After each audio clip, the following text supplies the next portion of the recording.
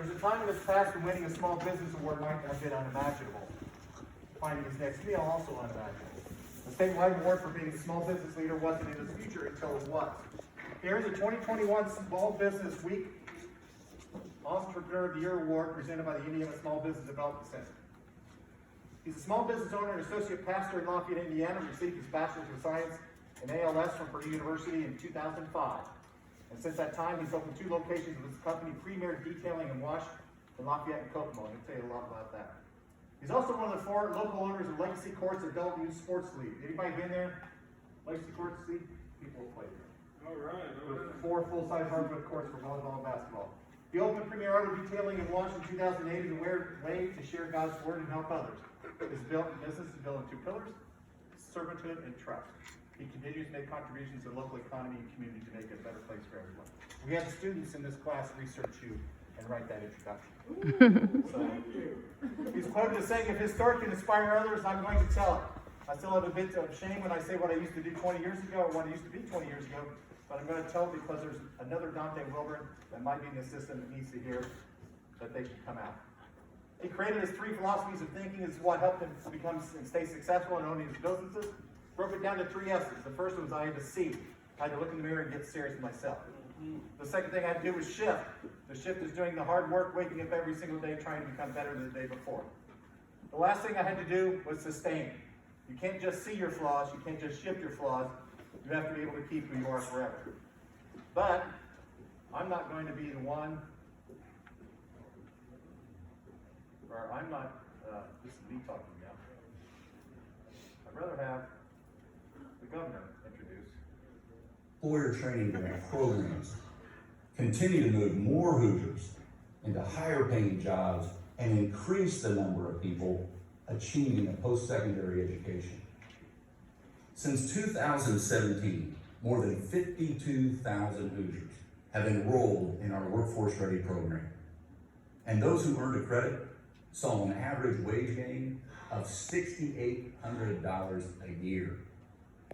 And through our employer training grant program, 3,700 employers have trained more than 41,000 Hoosiers. And they achieved an average pay raise of over $4,000 a year. All these programs give Indiana a leg up in growing our businesses and bringing in new ones. A great example is Small Business Entrepreneur of the Year, Dante Wilburn, who owns Premier Auto Detailing and Wash in Lafayette. As a troubled youth, Dante served a 3-year sentence in community corrections. But a work release program enabled him to work at an auto detailing company and finish a degree at Purdue. He had big ambitions. So he started his own detailing company with a goal, not just to make money, but to also give employees, his employees, opportunities for careers and advancement. Today he owns several businesses. He employs 40 individuals. Dante says, state agencies have been the backbone of my growth, and there is no way I could have done it without them.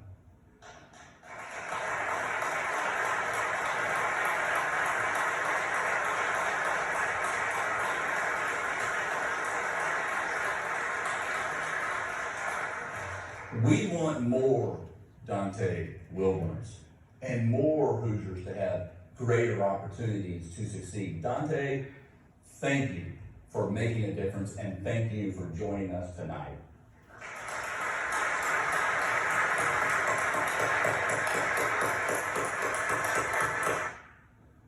Wow. Not very often you get introduced by the governor.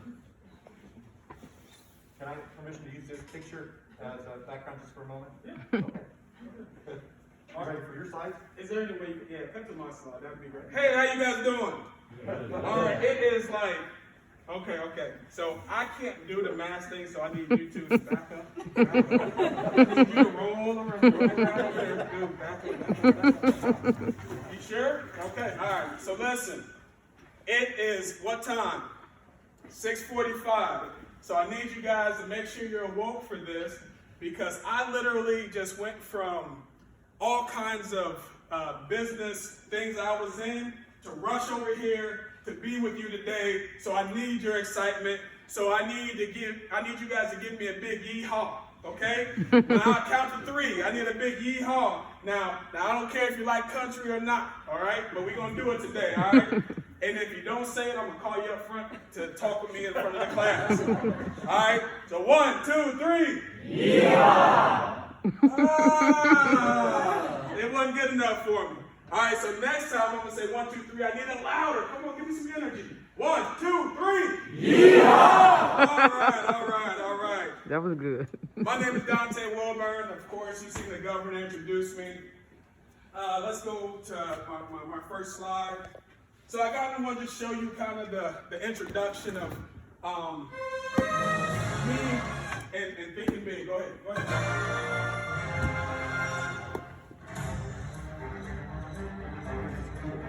Hard work.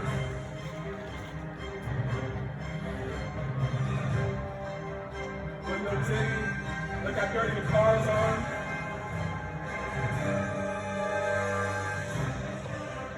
Over to the new location. Quality is everything. My general manager there. That's us. 90-degree day, Kona Ice. Award. Some of our reps at Legacy. Family.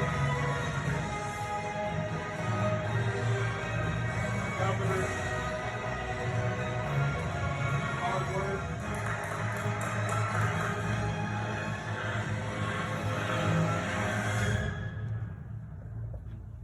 All right, so vision, passion, and leadership. I have a question for everybody. How is it possible that I went from 5 employees to 40 employees? From $250,000 company to a $2 million company? From incarceration to becoming the Entrepreneur of the Year in 2021, and standing in front of government officials and them giving me a standing ovation? How is this possible? No, you guys are quiet. I'm really asking a question. How is that possible? Any hands? My man in the back, what's up? Oh, okay. You're just giving me a thumbs up. How is this possible? Does anybody? My man. Hard work. Anybody else? Come on. Go ahead. Devotion. Devotion. That's a good one. You gotta stay positive and just work it up. Okay, what he's saying is optimism. Good. Anybody else? Self-motivation. That's called bootstrapping, picking yourself up. Anybody else? These are all good.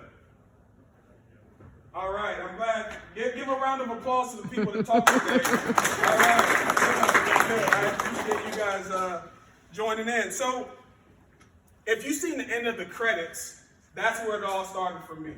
And if you don't know what the end of the credits, if you didn't see a name in there, ask your partner or somebody next to you, and they'll tell you where it all started. So next slide, please.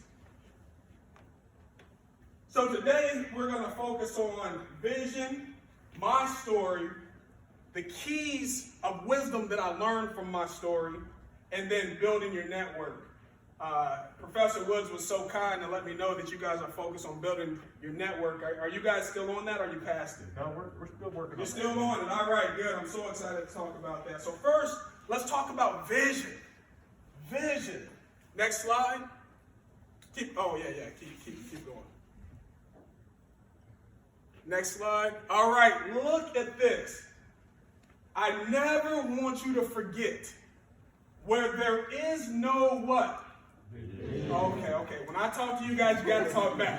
You got to give me something, okay? It's a lot of y'all, only one of me. I'm standing in front of y'all. Y'all chilling, okay? So when I ask what it is, you got to yell it, all right? So where there is no vision, the people do what? Perish. Okay, so what this is saying, if you do not have a leader with a vision, the people will not be successful. Okay, if you follow a leader with no vision, you will not attain success and you will perish from achieving the goal. All right, so the first thing you have to know, every one of you, I wish if I could go back to speak to my 20-year-old self, these are the things I would tell myself, okay? You have to be crystal clear in where you are going, okay? Crystal clear. Most people don't get what they want because they don't know what they want, okay? So it's very, very vital to be crystal clear. And I don't see now one Purdue student taking notes. Where's a pen?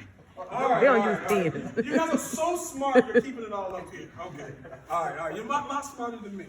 All right, so the thing is you have to be crystal clear on where you're going. Now, a vision sets your direction. It sets your direction. And then your direction sets your destination. So let's go to the next slide. So let me explain this. So once you're crystal clear on the way you're going, you can set your direction. Now, once you find out which way you want to go, then the destination becomes inevitable. If you go in this direction, it's inevitable that you are going to reach your destination. Go to the next slide. Just like a plane when it takes off. Once it sets its direction, it's just a matter of time that it reaches its destination. So, there is a tool and a method that I use, okay, when I want to have a clear vision in anything that I'm doing, okay? So you say, I struggle with vision. I struggle with it. So there's a simple tool. All you have to do is pretend that you have a magic wand, okay? And with this magic wand, what exactly would I want this to look like if I could have it any way I want? This is what I did. I sat down and I said, you know what? I would want my customers to come in smiling. I would want every time a car comes in, the employee is so happy because he's getting paid so well that he does an outstanding job. I would want when a customer comes to pick up their car, that the detailer that did it actually brings the car up to him and shows it to him. So all you have to do is pretend you have a magic wand, and that will cause you to have a great vision. Okay? Now don't think about any barriers to get there.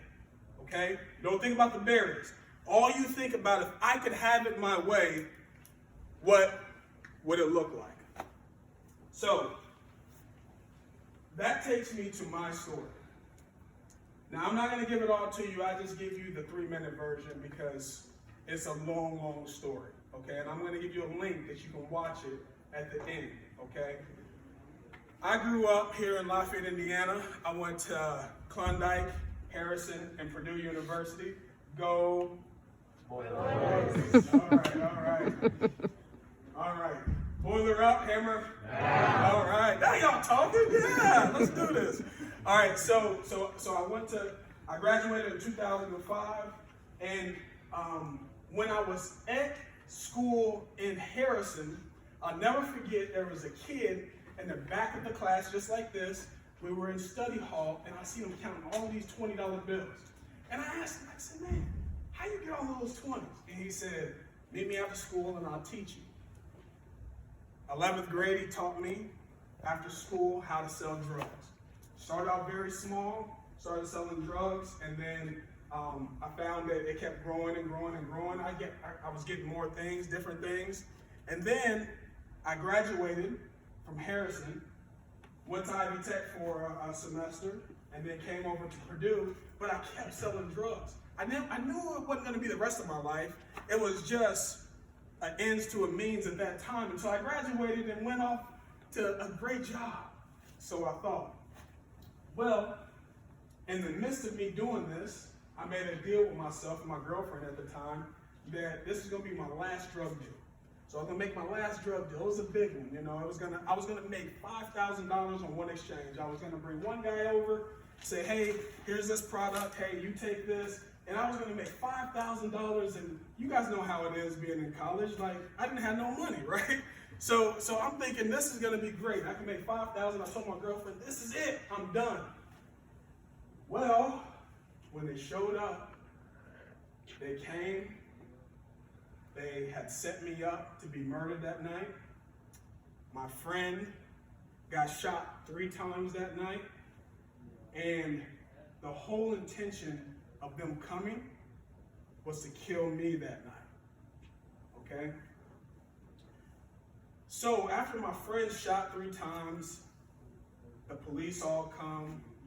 I had an 8 o'clock exam in the morning here at Purdue. And so just think about that. How can one person be selling drugs out here, but then be going to college also? So I wasn't dumb. It was just thinking, dumb thinking, right? That's what it was. It was dumb thinking. And so I didn't make my 8 o'clock exam. All right, I called my teacher. I got a big problem here. And from that day forward, my life changed. I started going to church, and I just don't know what happened. My friend was shot 3 times. I don't know how it kind of happened.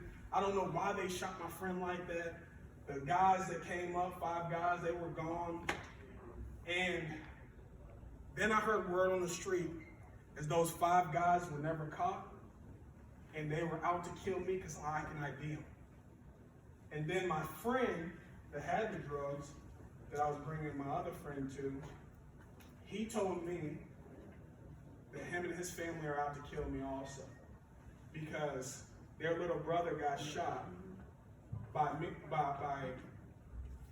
this group, and unless I go out to go do harm to them, they're going to come kill me. So I have 2 groups of people out to come kill me.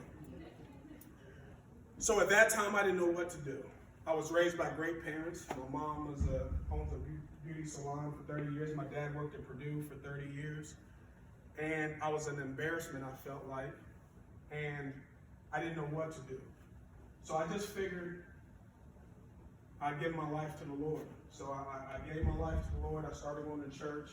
And the pastor comes up to me.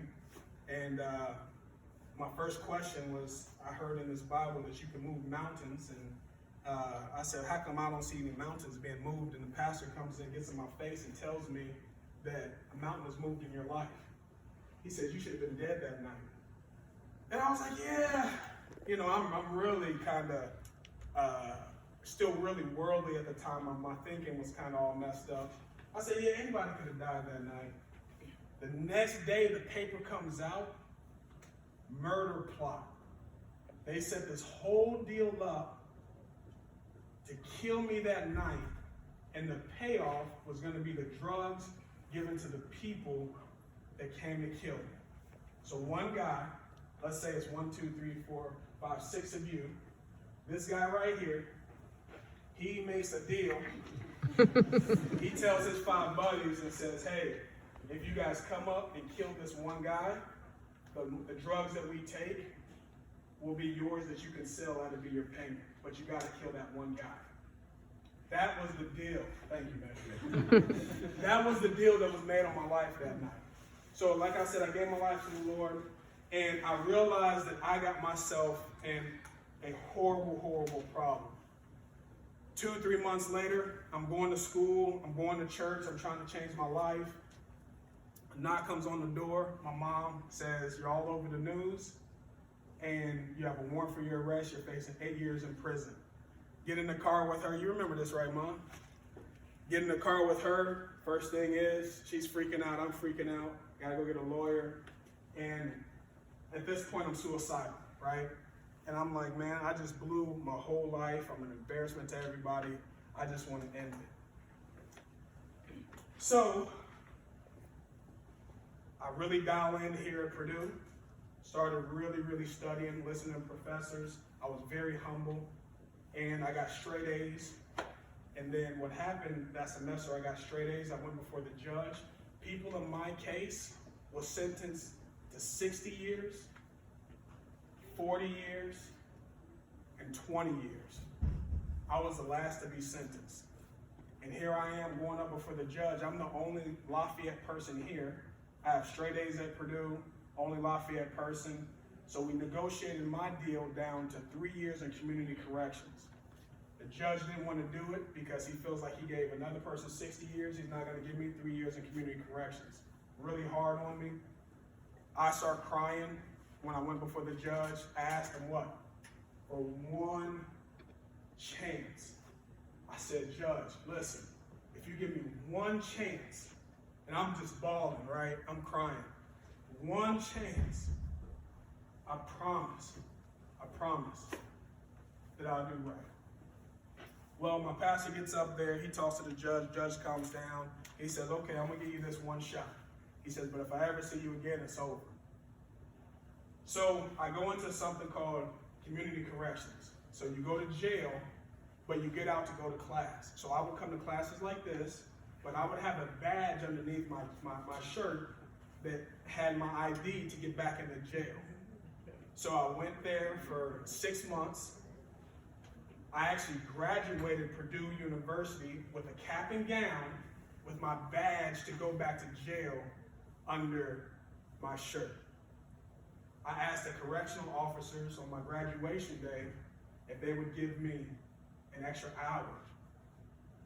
I'm playing this with my mom, extra hour, they said granted, and we set up that I was gonna propose to my wife, well, my girlfriend at the time. So I graduated, I'm still going through this problem that I had with the jail system. I go to Logan Steakhouse, propose to my wife, and she said what? Yes. She said yes, all right, praise the Lord. Praise the Lord, she said yes. So I'm on cloud 9, and right when my steak comes out to eat with my new fiance, I realized that I gotta go back to jail. That was my graduation. But my mind started changing. The only person that would hire me because it was a big shootout case here in Lafayette was a local car wash. Guess how much I came in making? Minimum wage. And in this detail company, I realized I hated how the people were treated. And so in my complaining, mad at myself, saying, you got yourself in this predicament, you're in here cleaning cars for minimum wage, you just graduated from Purdue University, you're not doing anything with your life. And I heard a whisper in my voice say, if you don't like this industry, then change it. And that became my focus, okay?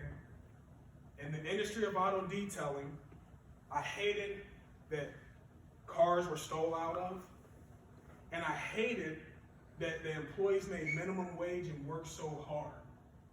And I said, these two people, the clients and the employees, I'm gonna set out to change.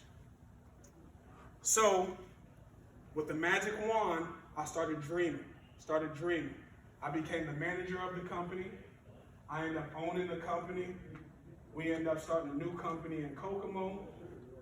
And we have a vision to grow 50 premieres over the next 10 to 15 years, okay? And the magic wand story for me was, what do I want Premiere to look like? What is the purpose I want everyone to circle around? And our purpose is servanthood. Serve people. My clients and my employees, I want to serve you. And it's creating joy and happiness through professional auto detailing for my clients and for the employees. So, go to the next slide. Hit it one more time. Can you click on that link? So this is our commercial. Everything in our branding stems from our purpose and our vision. Can you make it larger? Hope it has the sound.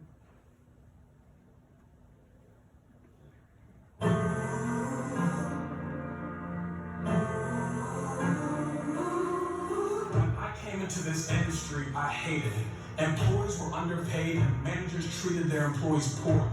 This created frustrated customers and poor quality. Something wasn't right.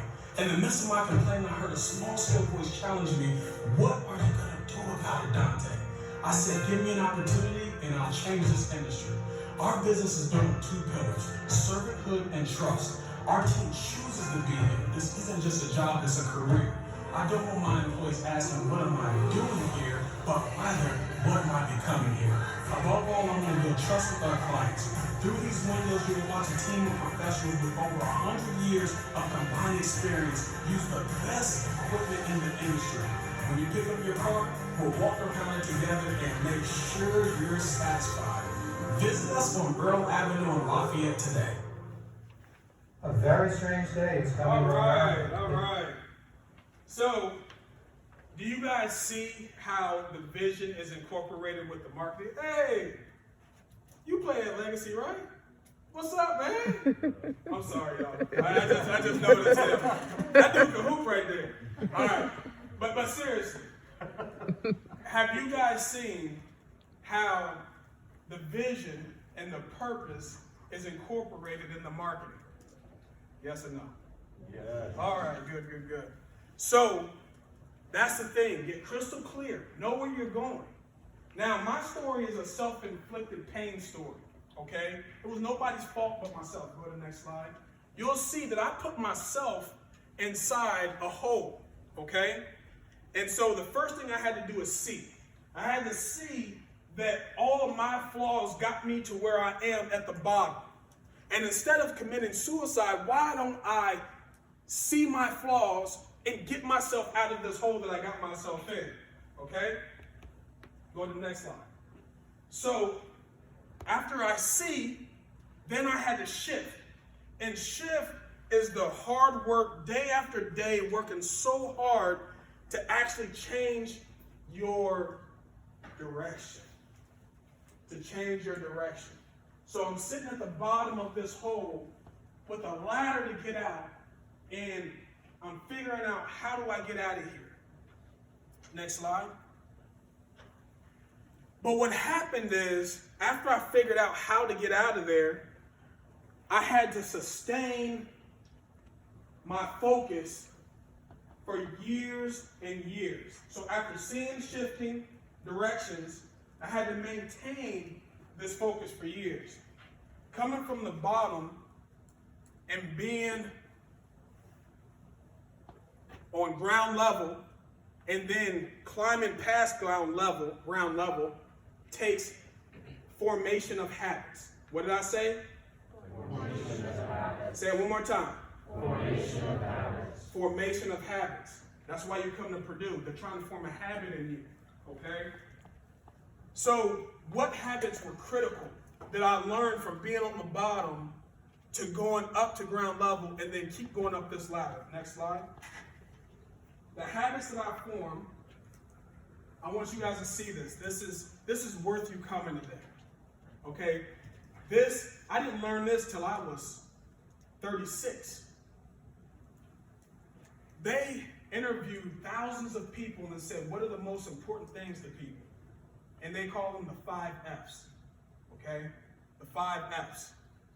Faith, family, friends, finances, and fitness. Those are the 5 F's. All right, next slide. So, with the 5 F's, I literally woke up every single day and focused on these 5 F's, and I wrote goals down for each of them. My faith, what's my goal in my faith? My family, what's my goal? My friends, my finances, and my fitness. I wrote goals, and then every single day, I set out to push the envelope one step at a time. Now, when you go to make your list of your goals, I use something called the 80-20 rule. Are you guys familiar with this? Okay, you are familiar. Now, you got to know that 20% of your efforts in anything produces 80% of the results. Okay? This is very, very vital for you to know. So 20% of if you're a salesperson, 20% of your efforts creates 80% of your results, okay? Now, you can take the Pareto principle times 10. All right, where's my math whizzes at? Somebody volunteer. Who's decent in math? Finance major, raise your hand. Finance major. Okay, my man back there. Okay, look at the 80-20. Once I take 20% of this slice out and I do away with this, what percent does this become by itself? 100%. Give him a round of applause. Yes. Good. So now, picture this. So you do away with that 80, you get this 20, and then it's by itself, it becomes 100%. Now of this 20, what if I cut the slice down to 20%? It would just shave off a little bit. I would take that, discard it, and of that one there, it would become the 100%. And so what this is getting your mind focused on is there's one thing that you have to get down to push the envelope. So though I wrote down a bunch of goals, every day I would say, what is my one thing that I need to do today? One thing that's gonna have the greatest impact on my faith. What is the one thing that I have to do today that has the greatest impact on my family? What is the one thing I have to do today to have the greatest impact on my finances? And that habit that I formed is what caused me to come out of the ditch and rise up the ladder. And these habits I sustained over time. Now, the last thing I want to say is about building your network. Okay, so you guys know my story. You know that I came out of this terrible pit, the miry clay, and rose out of it, right? And you kind of know the habits that I developed to get out of the pit. Now I'm at a place today, literally today, I'm at a place of building my network, okay? Building my network. Now I want to show you something about building your network. I don't want you to ever forget this. Go to the next slide. Have you guys ever heard of the DISC model? They all took the test. Okay! Round of applause for the professor. Susan, all right. Round of applause. You guys all took the DISC assessment? Oh my goodness. And they're actually formed by teams by their DISC score. By your DISC. Every table's a team. Whoa! Man, Susan, I'm fist bumping him for you. All right. Listen, I had no clue. Did I have a clue, Susan? I didn't have no clue. But this is where I am. I literally used this today in our business meeting with my partners at Legacy. Today. Now, number one thing about forming your network is you want to be the dumbest person in the room. You want to be what? The dumbest person in the room. Constantly, I want to surround myself with people that are smarter than me at what they're doing than me and what they're doing. Okay? So I always want to be the dumbest in the room. If you want to be the smartest in the room, I feel bad for you. Okay? Because it's just an ego thing. But you always want to be the dumbest in the room. And all great leaders know this. Next slide. Oh, wait, sorry. Go back. I'm sorry. All right, so this disc. Go back. I'm sorry. So this disc. Do you guys know what I am? Oh, who's that there? Oh, you don't count. You can see it. All right, but you know, you got me pinged, don't you? I'm an I, right? And so an I has all of those things that are great, but he also has a lot of limitations, okay? And I love this because every person is hardwired, and once you understand this, you don't get mad at people for how they act and how they think.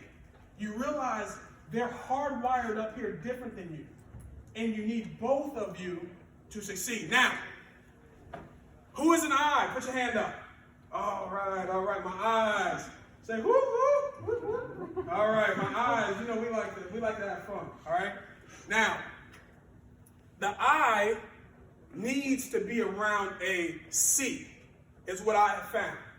Because the eyes often are disorganized, they're very impulsive, you know, they want to have fun, and what they need around them is a C that is very focused on attention to detail. All right? So this here is a great method as you grow your network. One thing you want to stay away from is we all like to be comfortable. I can already see how she's shaking her head. Like, that's going to be my friend. She's an I. Like, hey, yeah, let's do this. And what we do is we want to be comfortable, so we surround ourselves with people that are like us. When to build your network, you have to surround yourself with people that are opposite of you. Okay? Everybody got that? All right, did your professors already preach this sermon? But more power coming from you than from us. So, to be honest, this is huge. A D, I have a D in our organization, and she is phenomenal. Phenomenal. She's a driver. Okay? I have a C in our organization. I got 2 of them. They are the inspectors. They inspect the cars because they're so attention to detail, right? And they're perfect at what they do. The S, we have one in our front office. She's so accommodating. She'll serve you in our front office because she's very steady and she's a servant. And then the I's, I have some of the I's in leadership. And, you know, they just have this great personality to grow the company. So with all of these, you make a dynamic organization. So listen, I've talked up here for a while. I'll just recap on what I spoke about. Go ahead and click it. First thing, we talked about vision. I hope you learned something about vision. Without vision, the people do what? Perish. You guys learned something. Good. Without vision, the people perish. Then we learned about my story. You kind of heard it. And this is an encouragement. If you're ever in a dark spot, listen. I promise you can come out of it. I promise you. Like I'm standing here today to tell you that you can come out. Okay? My heart hurts. You guys heard that Miss USA jumped off of a... It's so easy to think you can't come out, right? So you always know, Purdue University students, you can come out of any bad situation, okay? All right, so you guys heard my story, the key habits that I formed, and focusing on one thing in each section to push the envelope in my life. And then lastly, we talked about the DISC model, which you guys already know all about, which is terrific, and you're set up in your teams like that. So my goal is at least something I shared today would stick with you for the rest of your life. Push the button. I do want you to do one thing. If you guys want to know my full story with pictures and illustrations and the truth, it's literally 45 minutes long because it's a deep story, right? But if you want to know it, this is it. So all you have to do is go to YouTube and look up Dante Wilburn, and it'll pop up, and you guys can actually hear the depth of kind of my story.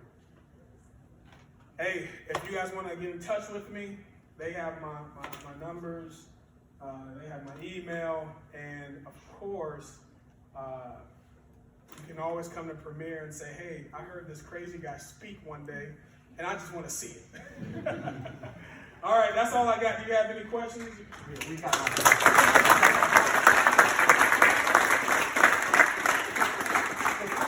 we want you to introduce your mother. Oh, yes, mother. She's an Mother, entrepreneur. come on up. Yes. So my mom was one of the first African-American beauty salons here in Lafayette, Indiana. She owned her own company for what, 30 years? Yeah, 40. 40 Almost 40. years, Almost 40 years. So you were an entrepreneur back before it was fashionable. Right. Right. Yes, yes. Yes. Okay. Okay. Yes. You got anything to say to the people? Listen to your parents. Always do what they tell you to do because Dante was told what to do and what not to do. You know, Yes. but parents know best. That's okay. right. But you stuck with him. Oh yeah. Oh, man. Oh yeah. Oh yeah. Yeah. Right there. Family? Yeah. Yeah. He's my second oldest. Out of how many? 4. Yep, I got it. So my mom's name is Deborah. My dad's name is Daryl. My older brother's name is Daryl. I'm Dante.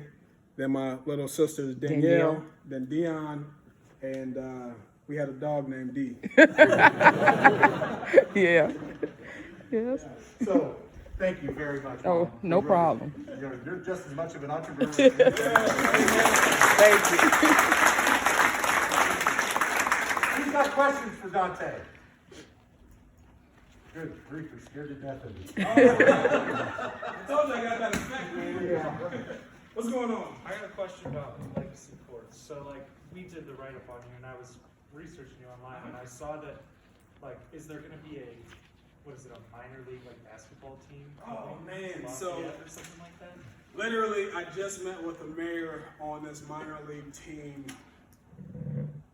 last week on Thursday. And so my goal is to get a minor league team and what I'm copying off of, because guys, success leaves tracks. You know, look at someone else's success and don't envy them. Just say, hey, what did they do to get there? And just hop in their tracks to follow. And so my model is the Aviators. You know, they dumped $20 million into a stadium. They made the state-of-the-art, baseball league. And I'm like, man, we can do this with basketball. And we can't get rained out. So I'm like, hey, Mayor, let's talk about this, right? So we're in discussions on that, but that's the goal. Yeah. Go ahead. How did you go from the car industry to sports and that transition? Man, Adding that? so literally, preparation leads to opportunity. There's always opportunity out, but you're just not prepared to take advantage of the opportunity. So basically, from working hard in auto detailing for so long, my kids came up playing basketball. My kids, hopefully they come to Purdue playing basketball. That's a prayer of mine. But I would go to this complex every day, and as I'm walking through, they were like, hey, this place is for sale. They want to turn it into a storage facility. I'm like, man, my kids play basketball here. We ain't turning this into a storage facility. And so they said, hey, we need some investors. And so they called me, and I was like, hey, with the group we got here, we got to find a seed. And so I looked over, I found this guy, David Sharp. He's a C. He owns a wealth management company, so he loves like numbers and focusing on small details. He's a rock star. So I pulled him, said, hey, you want to do this? He said yes. And then so the two guys that run the company, we all came together and made it happen. So preparation led to opportunity. You know, I'm just walking through and they said, hey, do you want to do it? But I was prepared to jump in. Any other questions? Go ahead. What have you found to be helpful on days when you're less motivated than like to accomplish your vision than those things? So, great question. There's something called muscle memory. Okay? So what happens is once you get into a routine of every day, making a list of all the I didn't tell you guys this too. I don't check any emails. I don't do nothing. Like literally, I focus on my goals in the morning, and I don't let no one dictate, an email saying, hey, this is on fire, and my mind is thinking how to fix that. I don't even look at it.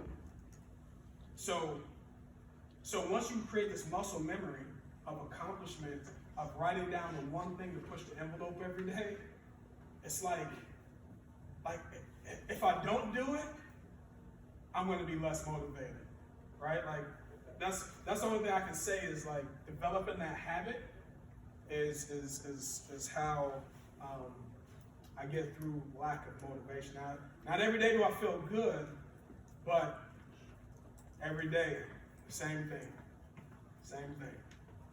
And I could be on the beach, right? I could be on the beach with my family, and I wake up, and on my vacation times, I'm thinking of the magic wand, right? So, things I want to do and accomplish.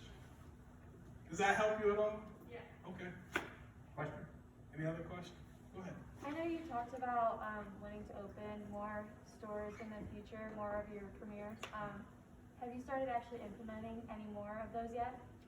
So we opened one in Kokomo. Yeah, that was a couple of years ago, right? Right. So in 2020, you guys know what day it opened? Probably about, St. Patrick's Day. April tax day. April 15th. Worse. Really bad. COVID. COVID was at the heart of the worst of the worst, and so much I was so fearful. I said, I'm not going to do it. And my business partner encouraged me, and he was like, why not do it? And I'm telling you, by the end of the year, I was amazed on how successful that was. So yes, I have implemented. So our first test pilot was Kokomo. So we got this one here.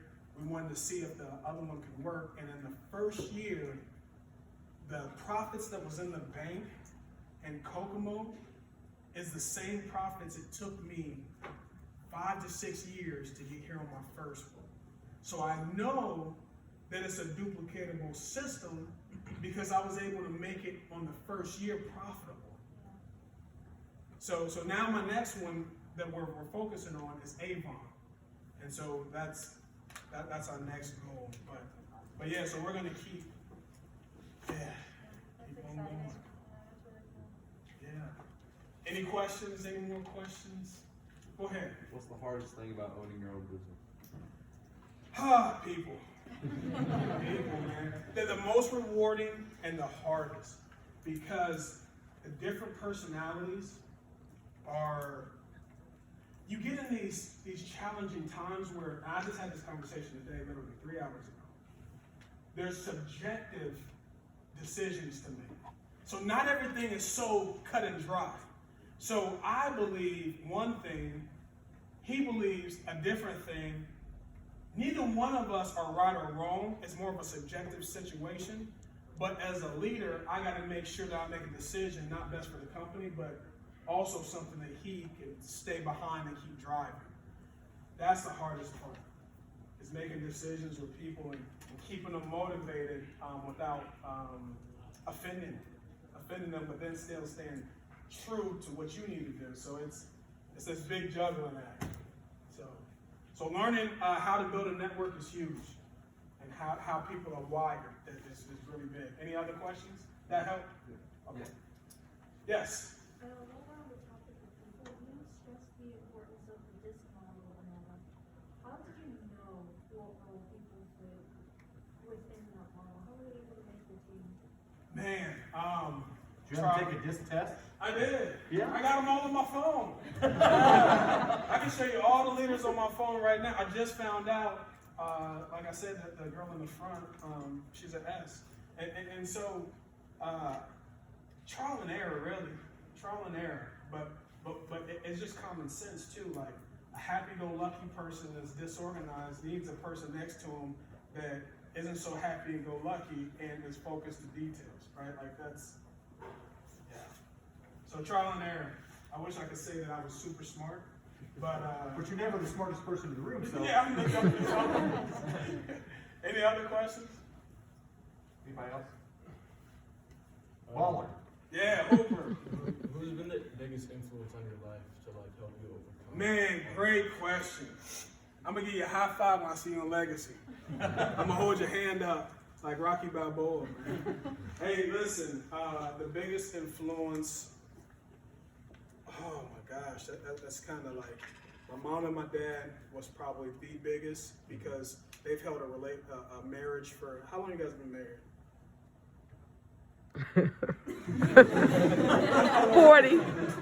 40 years. 40 years, Mm-hmm. right? So seeing a great relationship my whole life, that's probably the biggest influence, and it's caused me to have good relationships with people because I know how they work out through their relationships. But in business, the father of my faith is a guy named Mike Razor. Okay, I don't know if you guys, he had a dealership here, multiple dealerships, but he's the one that actually believed in me and licensed me to run his company, his little detail company, and then sold me the company. And so he taught me a lot of the principles that I'm sharing with you today was Mike Razor. He'll forever be my father in business. Good question. Good question. Anybody else? Let's show our appreciation for Mike.